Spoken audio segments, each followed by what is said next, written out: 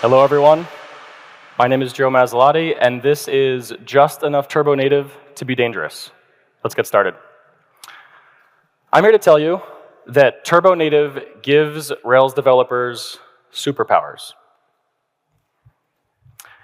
It transforms our Rails code bases into iOS and Android apps by rendering our server-side HTML inside of native mobile apps, ones you can download from the App Store and have full access to native SDKs, like push notifications or geofencing. But I get it. I was a hybrid skeptic too once. I was working for a company that had about 100-ish Rails screens, and I was tasked to port that app to both iOS and Android. I was able to do so. I launched iOS and Android apps to both app stores as the only developer. This would have taken years if I built out both platforms fully native and submitted to both app stores. It took months. It took months as I only had picked up TurboLinks native at the time. Imagine what you can do if you already know the framework. Before this, I was an iOS developer. I built real apps with native SDKs, thank you very much. But my world changed that day. And since then, I have been all in on Turbo Native. I write tutorials. I have YouTube videos on the subject. I'm writing a book. I'm one of the 2 maintainers of the Turbo iOS library. And I've launched dozens of apps to the App Store and Google Play stores. I live and breathe Turbo Native. But you're probably saying that hybrid will never be as good as native. And you know what? You're right, it won't. Nothing will beat the absolute fluidness of gliding your finger across the screen with a GPU-accelerated animation that would make Credit Federici proud. But today, I'm here to tell you that your web UI is good enough. Most screens today render data. Native controls won't help much.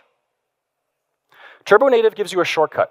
It lets you launch into the App Store today with the resources you have instead of waiting years or months to deploy something and test your hypothesis then. You can validate those resources now, and Turbo Native gets you there today. And for those times when Turbo Native isn't good enough, when you want to go higher fidelity, we have answers for that. And we're going to talk about those a little bit later today. But why Turbo Native over the myriad of other hybrid frameworks? Well, for Rails developers, it offers true write once, deploy anywhere. You push your code with new changes to a mobile web view, to your mobile web screens. iOS app, Android app gets those for free. No App Store approval, no resubmitting, no rebuilding, no rebundling. If it's on the server, it's in your app.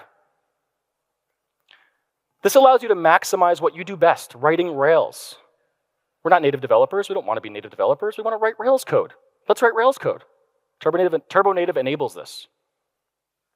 It allows you to skip expensive development cycles of building out an API and then building it out on iOS and then on Android by writing it once and deploying everywhere.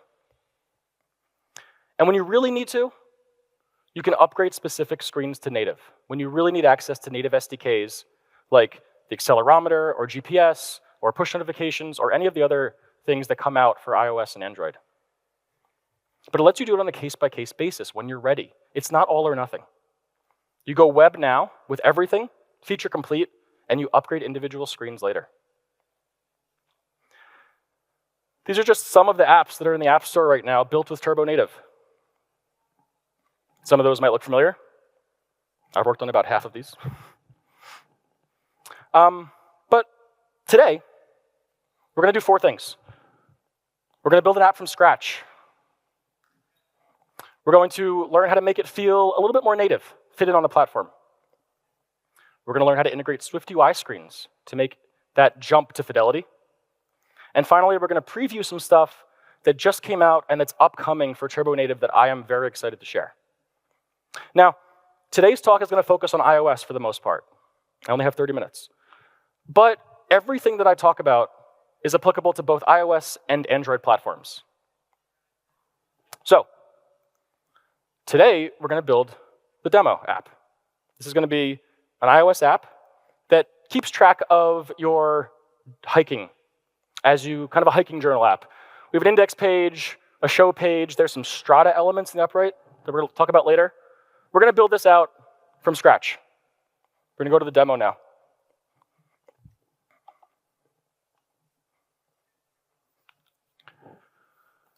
So this is the Rails server that's running locally. It's a Rails app. I can click through, get a show page. I can edit. It's a CRUD app. It's nothing too exciting. We're going to build this into a turbo native iOS app. We're going to open up Xcode and create a brand new project. It's going to be an iOS app, and we're going to call it demo. We're going to throw it on our desktop. This opens to the Project Explorer. We're not going to worry about this. We're going to focus entirely on this scene delegate, and I'm going to hide that off to the left with Command 0. This function right here happens when the app is launched. This is called scene will connect to. We're going to delete everything else in this file and only focus on this for now.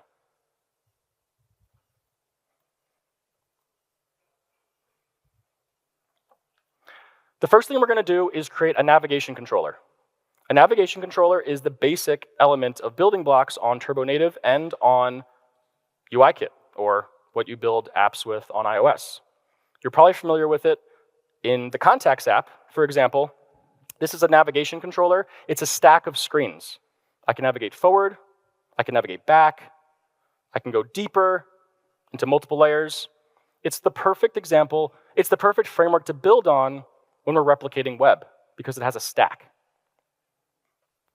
What we're going to do with that is set it to our Windows root view controller. What this means is that when the app launches, we're going to launch right into this navigation controller. Command R to run, and we're going to see an empty white screen. But that means it's working. Up next is we're going to add Turbo Native. File add package dependencies is going to hook us into the world of Swift Package Manager. These are gems, essentially, for iOS. I'm going to add Turbo iOS, which is github.com, hotwired, Turbo iOS. Add package, and then add it to our demo target. If I pull open the Explorer on the left, I apologize, this is a little small, but here is the code as if we were to do a bundle open. We can start logging into all of Turbo iOS right there. It's part of our package. I'm going to hide that again.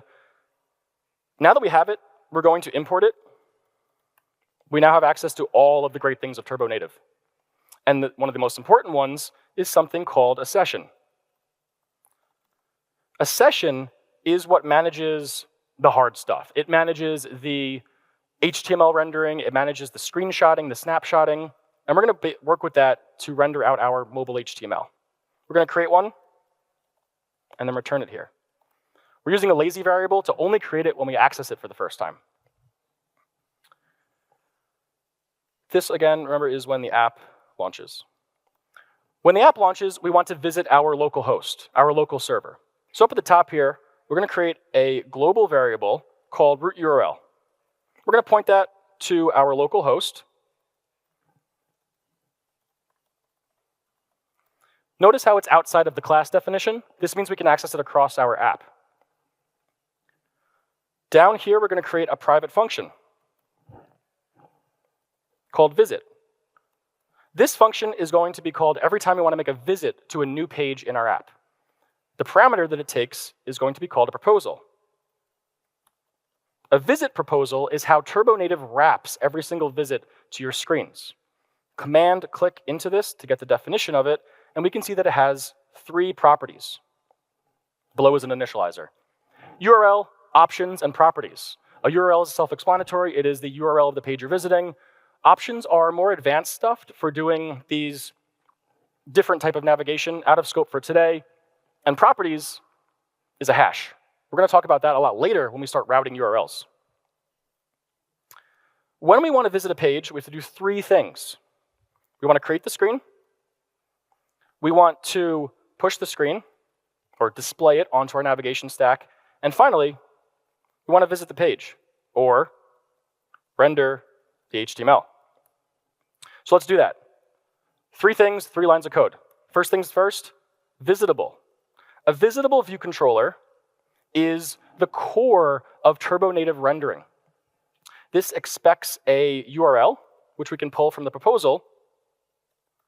This manages our web view session that gets passed across the screen as we navigate deeper into our turbo native app. It manages snapshotting and caching for us. On top of our navigation controller, we can now push this visitable. We pass in true to animate that on every n+1 screen to make sure we get that nice animation to make it feel native.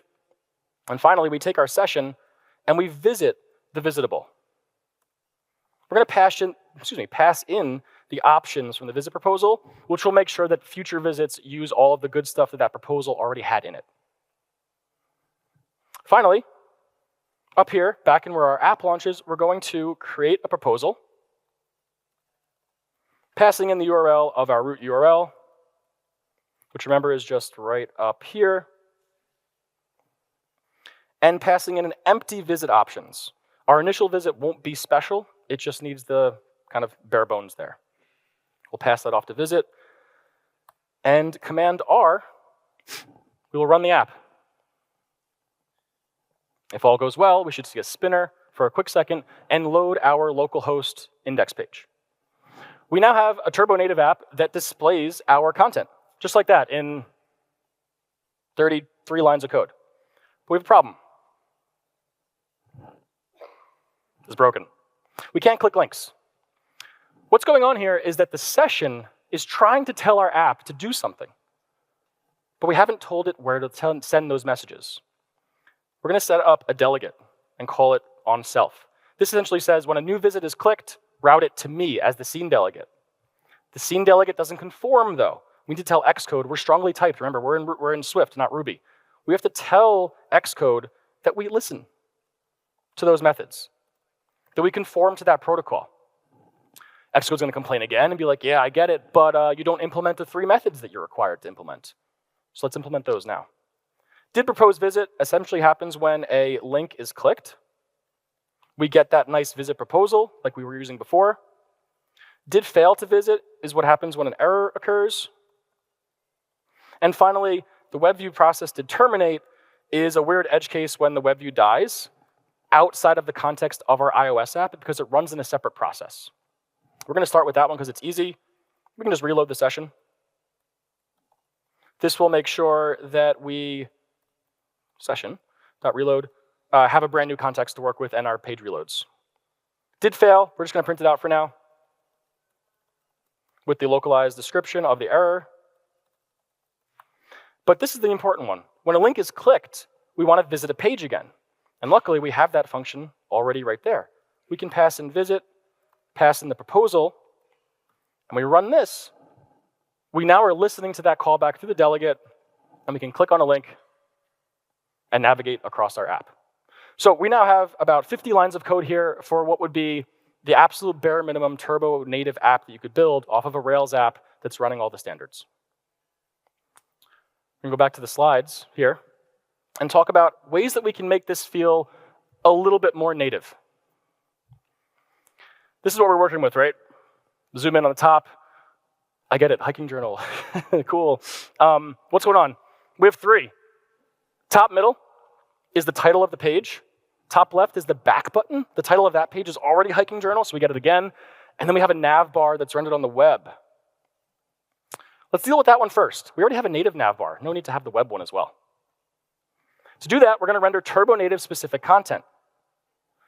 But first, we have to identify the app as a turbo native app. And to do that, we're going to set a user agent. Here's the session that we had before where we set the delegate. We're going to create a web view configuration and pass in an application name for user agent, calling it turbo native iOS. Pass that into the session. We've now configured that. With every request, we'll get that turbo native iOS appended to the user agent. And then on Rails, if you're using Turbo Rails, you get this helper for free. It's buried deep in app controllers, native navigation. I'd recommend checking out that class. There's some other hidden stuff in there that's fun. It just checks that turbo native is in the string and returns true here. So to hide the navbar, here we have our navbar partial. Let's just unless it. hidden, right? No problem. But, I don't know. That kind of sits wrong with me. That's going to be hard to maintain moving forward. Yeah, once is fine, but having that conditional for every time we want to render turbo native content is going to get hairy. And it's going to break our Russian doll caching. We now are sending different HTML over the wire to different user agents. We now need to include our user agent somehow in our cache key. That might double our cache size. No thank you. Instead, we're going to render turbo native specific styles, ones that only apply to the turbo native app. To do that, we're going to git checkout dot here, go back to what we had before, and add a new class called turbo native hidden. Turbo native hidden is, quite simply, display hidden. And important, because I don't know how to use CSS. But the important thing here is that this is a new style sheet, native.css. This isn't our application CSS, it's a new one.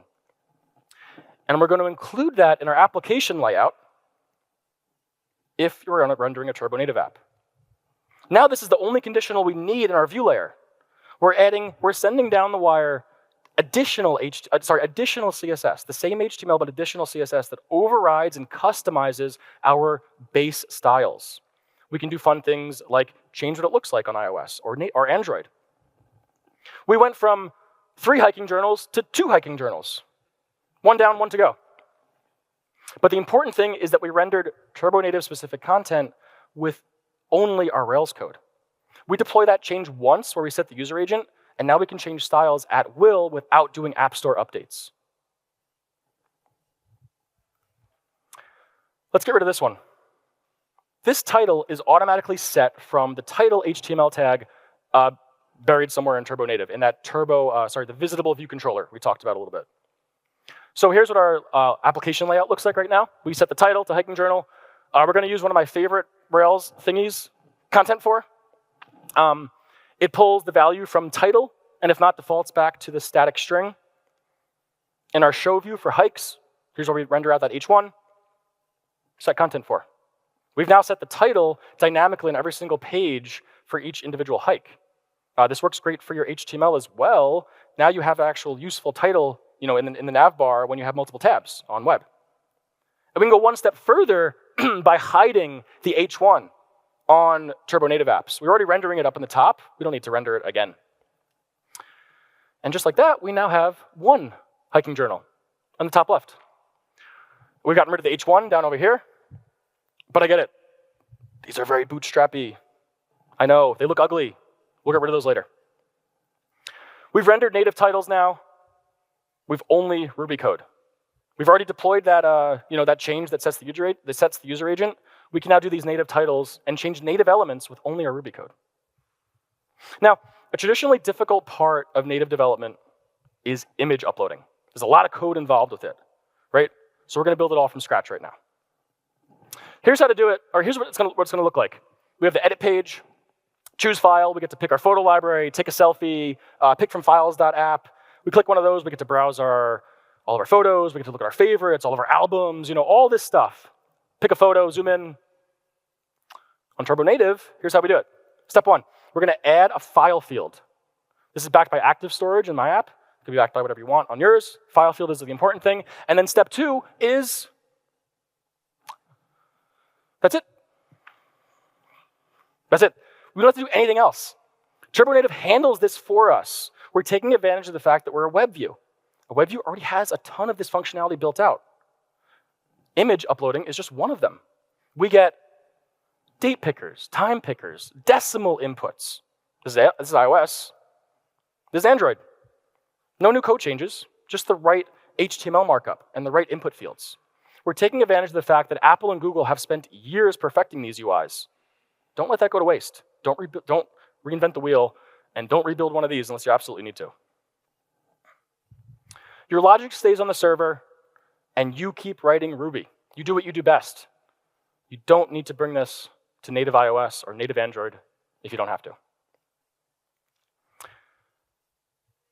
Let's take a step further and talk about advanced turbo native screens. Sorry, advanced turbo native with native screens. A lot of native in there. This is a local sandwich place in Portland. I recommend checking it out if you're ever in town. Portland, Oregon, in the US. As I was scrolling through this page, there's a Google map embedded here. And of course, I was scrolling, and you know what? Of course, what happens, right? Your finger gets stuck, and then you start scrolling the map. And then you click it by accident, and Google's like, use our app, please. And then you quit, because you're frustrated. This is a perfect example to upgrade to native on Turbo Native. Here we're rendering out a screenshot on our app of a map. We can upgrade it to Swift UI and get a fully scrollable, zoomable, directions, add pins, everything we want in Turbo Native. So how do we do it? First, we have to tell the app when to route this screen.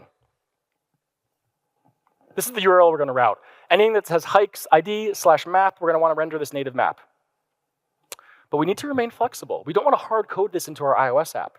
If we ever wanted to render that map for just maybe like /maps_ID, we'd have to redeploy to the App Store. The path configuration can help us keep this configuration on our server. This is a server-hosted JSON file. It looks like this. 2 keys, settings and rules. We're going to talk about rules today. Rules match when you click a URL, you get this pattern that applies properties. Here's the rule we're building. Here's the rule that we will be building. This is kind of like a routes RB for your iOS app, in a way. Every time we match this pattern /hikes, a number /map, we're going to apply these properties. These properties get applied to the visit proposal down in the properties. This is a hash. For those in the back that can't see on the bottom, I'm showing visit proposal with properties rendered out with string anyhashable, which means that it's a hash with string keys. We're going to route this file in our Rails routing file to say configurations iOS v1, route to a controller. I like to version these to make sure we don't lose backwards compatibility. If we ever add a new native feature, we want to make sure we don't break that in our old apps. And here's that copied over to a controller. On iOS, we have our root URL in our session. Our session takes in a path configuration. We can give it an array of sources and point to our server URL, appending our path to our root URL to say, here is where our path configuration lives. Remember, that was coming from over here. On app launch, as soon as the session is initialized, lazily, Turbo Native will fetch, parse, and apply all of these properties for us. It will also cache the path configuration for future launches. So you're free to update this and not have to worry about maintaining anything or doing any networking requests in the app itself. It's all handled by Turbo Native. Now we need to actually show the screen. This is what we had before in our 123 method for visit. Let's just throw all that in an else statement. That's our standard web view process. Our if statement is going to look like this. If the properties on proposal has a string and controller named map, this would be abstracted. Remember, this came from our path configuration earlier, where we applied those properties. We're going to render our map view controller. This is just one example of how configurable this is. You can imagine this if statement being very big and getting really unwieldy, but each one of those could be a different native feature in your app, routed from your server. And you can change what URLs get applied from your server. The path configuration allows us to keep our logic on our server and disconnects us from App Store and Google Play releases. It also ensures backwards compatibility by versioning this to make sure that old apps don't get broken features. Looking ahead, what's next for Turbo Native? I bet everyone's going to know what's on the next slide. Strata. Very excited about this. Jay did an amazing time talking about this yesterday. I'm not going to dive too deep into it, but at the high level, you can build native components with Strata. Not full screens, but native components. It bridges the gap between web and native. It makes it ensure that you keep your HTML powering your native components. Not some fancy JavaScript thing and not some JSON endpoint, but you write your HTML, you do markup on it, and you get native components from it. What matters to me for this presentation is getting rid of these ugly things. With Strata, we can throw a button in the top right, an overflow button. And when you click that, we get the map and edit buttons with our little icons too from SF symbols. Strata enables this in not that much code that would require a lot of code before Strata. And the best part is that when I click edit, it clicks edit under the hood. So whatever's happening behind that button press, whether it's a new get, a new visit, a new post request, it just works. I'm also super excited about Turbo Navigator. This is a package that I've been working on for a while now that simplifies getting started with Turbo iOS. Turbo iOS right now, as you saw, is really quick to get started, but anything after that requires a lot of boilerplate. There are countless flows that you have to handle. We'll get into those in a sec, but what Turbo Navigator does is it handles 15 of those for you. So we have modal navigation, presenting something from the bottom of the screen and dismissing it. We have diving deep into the stack. So I'm now going one screen, two screens into the stack, and then clearing all, like when you would log someone in or sign someone out. And then we also have basic navigation of pushing and popping controllers off of the stack. There's a lot of other things that were in there. I recommend checking out the GitHub, which I'll link to in a sec. It handles 15 different flows, and I found it removes about 100 lines of boilerplate. I use this on every one of my client apps, and the good news is that it'll be upstreamed into Turbo iOS very soon. We've done about 90% of the work, so we have about 90% left, but it's soon, I promise. If you want to get a look at it early, check it out on GitHub, give it a watch, give it a star. We'll be announcing the upstream merge there when that happens. So we talked a lot about how to build Turbo native apps, but let's talk about your Turbo native apps. I help folks launch Turbo native apps. I do coding, I do consulting, I do workshops, I do training, I do advisory. And I'd love to help you get yours in the App Store or the Google Play Store. If you are interested in Turbo Native or just want to talk about it and see if it's right for your company, come say hi. I'd love to chat. Again, I'm Joe Masilotti. If you have any questions on this or Turbo Native, this is my email. And if you want to learn more about Turbo Native, I have a weekly newsletter and blog about this all the time, masilotti.com. Thank you.